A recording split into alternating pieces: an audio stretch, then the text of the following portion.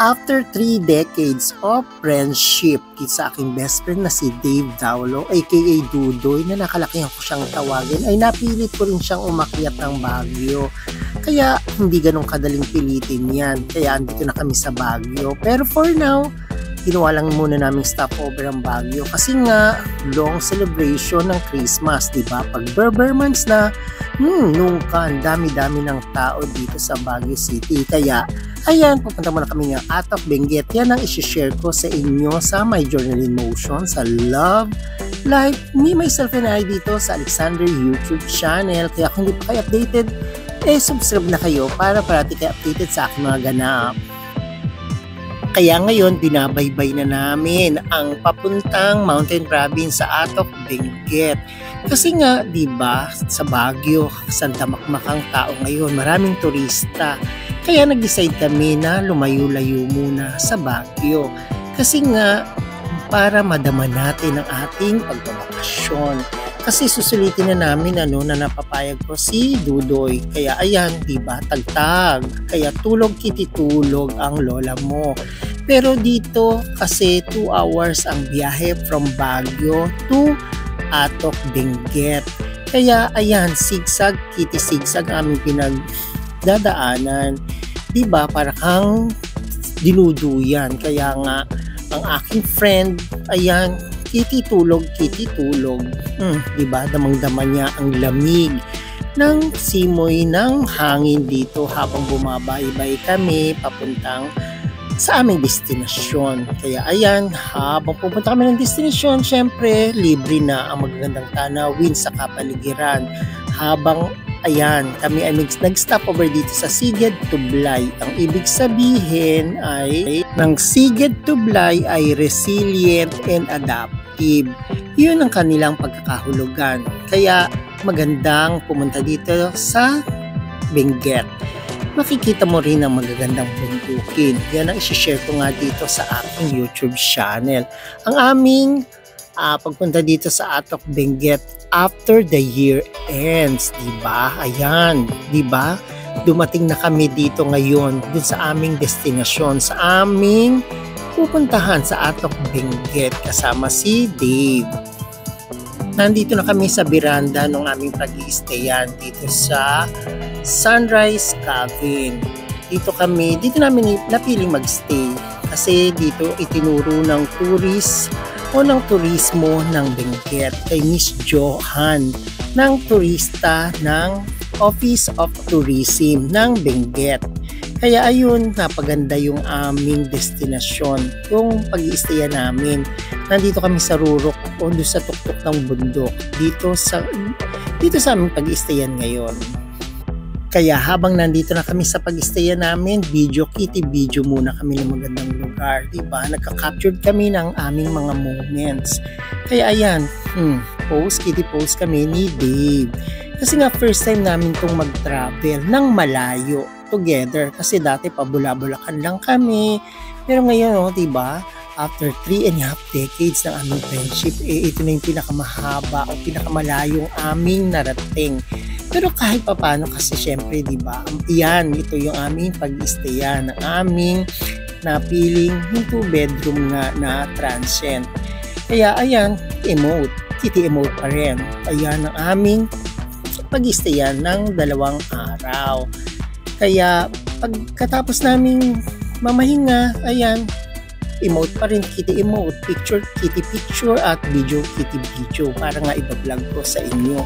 Syempre, once in a lifetime lang namin itong nagawa na maaaring sa ibang lugar man namin uli gawin kasi nga magandang mag-travel na habang kaya pa natin, diba?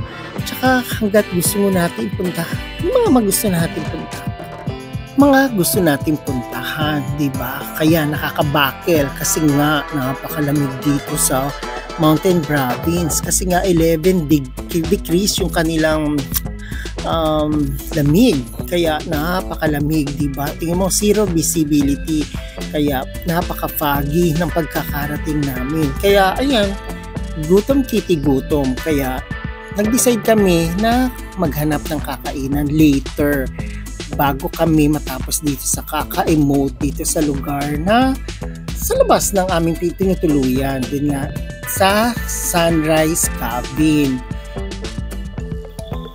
Very thankful kami kasi dito kami tinuro ng turismo ng Benguet. Kasi puno na dun sa ibang lugar na pag-i-stayan. Kaya dito napaganda pa kami ng pag-i-stayan namin. At least, di ba, nandito kami sa tuktok ng pinaka-deck, nung pinaka-area na aming pinag-istayan. Kaya ayan, super lamig, super foggy. Very thankful din ako, no, ang saya-saya. Kasi nga, di ba, perfect vacation. Kaya super lakad, kitilakad, super lamig, kitilamig. Yan, naghahanap na kami ng kakainan. Kasi syempre, nagugutom din kami, no? Syempre, pag malamig, mas nakakagutom. Kaya dito kami, dito sa may pinagbabaan namin, din sa lugar lang namin na pinag-istayan, may malapit na kainan. Syempre, hahanapin mo lang kasi nga first time din namin dito. At least, para na rin kami nasa ibang bansa, ano? Pero nandito lang tayo sa Pilipinas nga, sa Mountain Province. Isa ito sa mga pinapangarap ko rin puntahan. Siyempre, sabi nga, huwag maging dayuhan sa sariling bansa. Kaya unahin muna natin ang turismo natin, yung magagandang lugar dito sa ating bansa. Isa na nga itong Mountain Province. Ayan ang kanilang pinagmamalaki, ang malamig at tahimik na lugar na isa sa mga dinadayo ng mga turista. Kaya habang kitty walk, nakadali rin kami ng masarap na kainan dito. Yan nga yung tinatawag nilang lomi. Pero iba yung tawag nila dito, hindi ko na lang natandaan. Ayan, yung mami with lechon. Yan yung mga ano nila dito, puro karne. Kasi nga, syempre, diba, yung karne nagdudulot ng init sa katawan para labanan ang lamig na nararamdaman. Tulad ng isang mga single. Kaya yan, after namin kumain, uuwi na kami. Kasi bukas meron kaming binook na nag-book kami ng tour para ipasyal kami dito sa mga bundok-bundukan dito sa Mountain Province.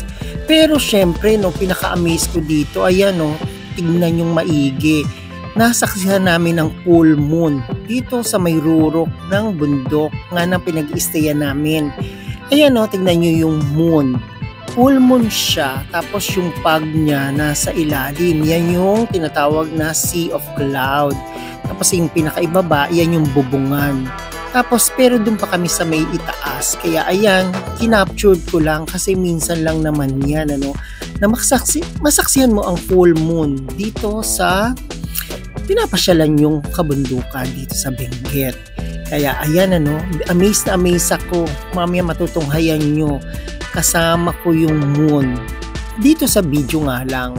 Kaya ayan, ang ganda-ganda, di ba? Parang nakakakilabot. Isa naman sa mga, di ba, nilalang ng ating o nilikha ng ating poong may kapal, ang moon at ang ating mga kabundukan na nasaksihan namin na togetherness sa isa't isa. Siyempre, hindi papahuli. Kailangan nandyan din ako. O nandyan din kami ni Dudoy. Kaya very thankful kami na saksihan namin ang full moon dito sa aming pinag-istayan dito sa Sunrise Cabin. Diba? Oh, apakaganda, apakalamig, apakasaya-saya ng gabing ito. Dahil isa lang din ito sa aming nasaksihan habang kami nagbabakasyon dito sa aming pinag-iistayan. Diba? Ang ganda-ganda, ganda-ganda-ganda. Full moon in one in sa rurok ng mountain, yung Sea of Cloud, syempre. Kaya napakasaya ko. Namin ni Dudoy, kinaptured namin tong moment na to, ang full moon. Nung binabaybay namin paakyat, patungo dun sa aming pag-istayan nga. Kasi nga, kailangan na namin matulog kasi bukas maaga kaming susunduin ng aming service papuntang dun sa aming mga tourist destination na binook dito sa Atok Benguet.